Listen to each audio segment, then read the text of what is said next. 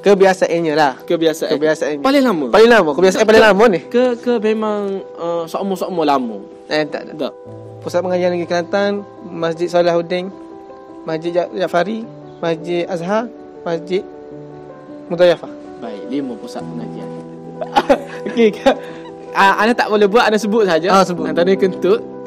Orang panggil kentut bersepah. Kentut bersepah ataupun kentut berderet. Kentut berderet. Hi guys, please subscribe channel Ambo Nak Bersedih. Okey, Assalamualaikum warahmatullahi wabarakatuh. Terima kasih Ustaz Syed kerana sudi menunggu. Alhamdulillah kita masuk ke segmen kedua, iaitu segmen cabaran. Nama dia Truth or Dare. Segmen pertama adalah segmen 4S, segmen santai secawan shy. Ni segmen kedua Truth or Dare Ustaz Syed. Jadi boleh santai saja. Boleh kecek keletek, tak ada masalah. Kerana ni melibatkan terkadang peribadi, terkadang cabaran dan sebagainya.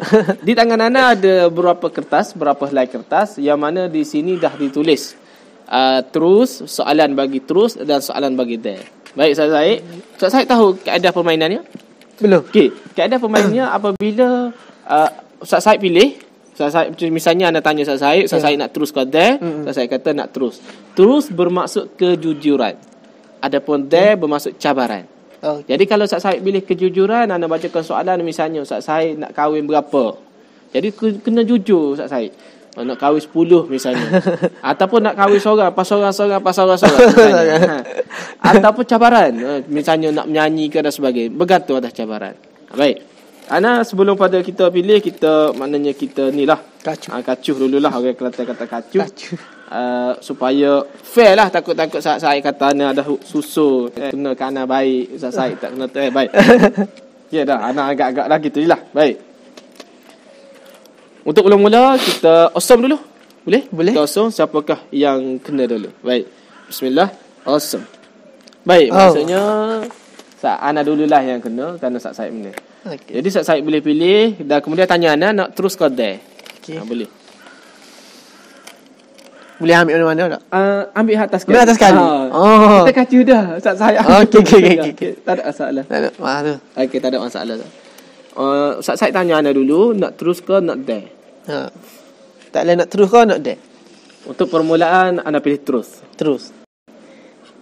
Untuk saya, jika diberi peluang, siapa yang anda ingin jadi dan kenapa?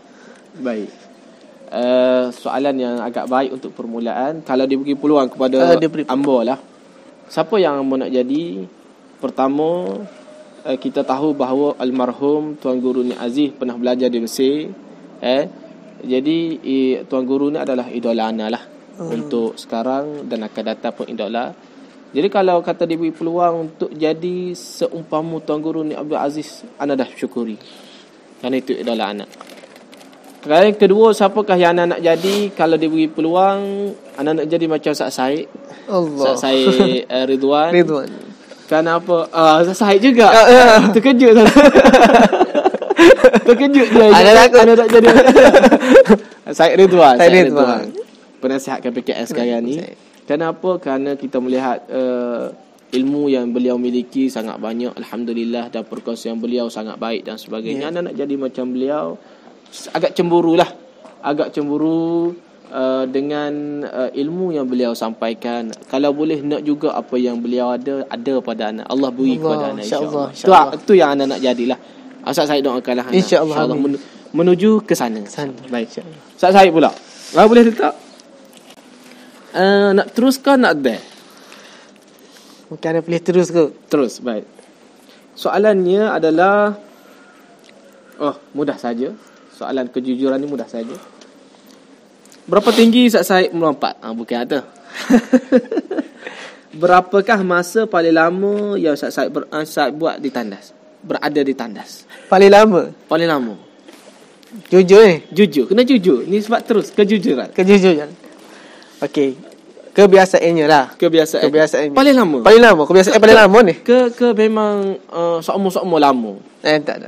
Paling lama sekali berapa? Kebiasaannya paling lama sekali, Ana akan ambil masa dalam 15 minit. Allah Akbar. Buat gapo 15 minit?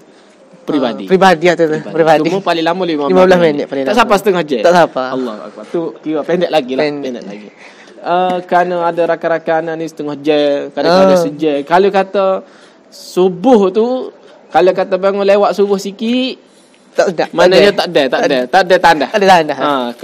Kena mandi apa nama, kena ambil semaya, kena semaya dalam keadaan berok lah. Berok. Betul. Nak buat air dan sebagainya. Kerana lama sangat. Kalau dia kita piuk dulu. Kita piuk awal. Baik. Saya pula. Nak terus kau ada? Dah lah. Tadi terus dah pula. Soalan dia buat Insta story. Baik. Beri satu pesanan ringkas.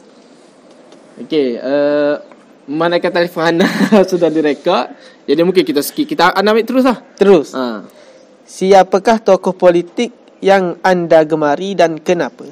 Baik, tokoh politik yang jadi idola, pertama adalah Tuan Guru Abdul Hadi Awang. Tuan Guru Haji Abdul Hadi Awang, Presiden PAS lah sekarang ni. Dia jadi idola anak kerana apa?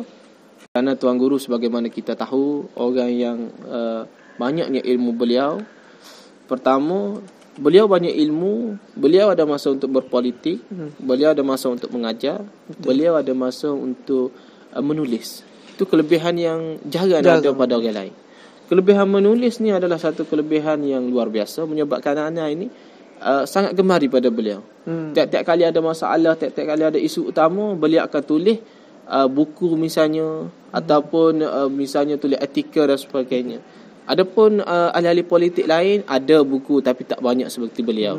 Jadi beliau lah yang sangat anak gemari. Dan kalau boleh diberi kesempatan untuk berjumpa dengan dia, saya anak nak jumpa sangat-sangat. Kerana tak pernah lagi berjumpa dengan Tuan Guru Haji Abdul Hadi Awang. Baik. Saya pula, terus atau dah? Mungkin anak kami dah kali ni. Baik. Oh, mudah saja. Agak-agak tak payah. Mudah saja.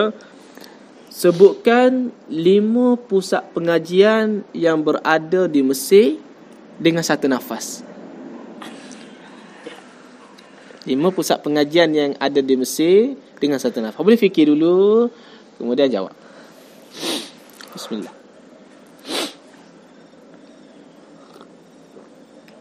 Sedia?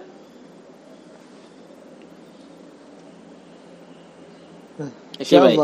Tarik nafas, kemudian bagi 5 pusat pengajian supaya mahasiswa kita boleh join lah pusat pengajian tersebut. Baik. Kalau di rumah negeri, tak ada masalah. Tak ada masalah. Cuma kalau boleh hasil-hasil itu lebih baik. Asingkan. Maksudnya kalau contoh pusat pengajian rumah negeri Kelantan, tak perlu pusat pengajian rumah negeri Perak. Mungkin di benda lain. Tapi kalau tak ada masalah. Okay, silakan saya. Pusat pengajian negeri Kelantan, Masjid Salahuddin, Masjid Jafari, Masjid Azhar, Masjid Mudayafah. Baik, 5 pusat pengajian. Sahabat-sahabat, kalau nak cari pusat pengajian, ni 5 yang saya kongsi. Pertama, Rumah Pengajian Kelantan. Rumah Pengajian Kelantan. Rumah Pengajian Kelantan di WSM. Yang kedua tadi, Masjid Saleh Jafari. Masjid Saleh Jafari.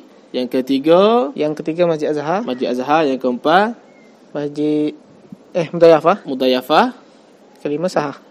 Yang kelima Sahah. Baik. Selesai. Tu 5 pusat pengajian. Sahabat-sahabat boleh ikutlah. Okey. Ana pula. Giliran ana pula. Saya boleh pilih. Saya boleh cabut. Ana nak pilih terus lah.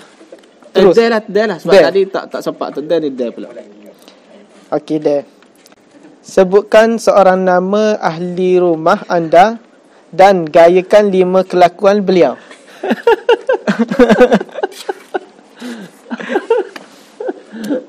Okey.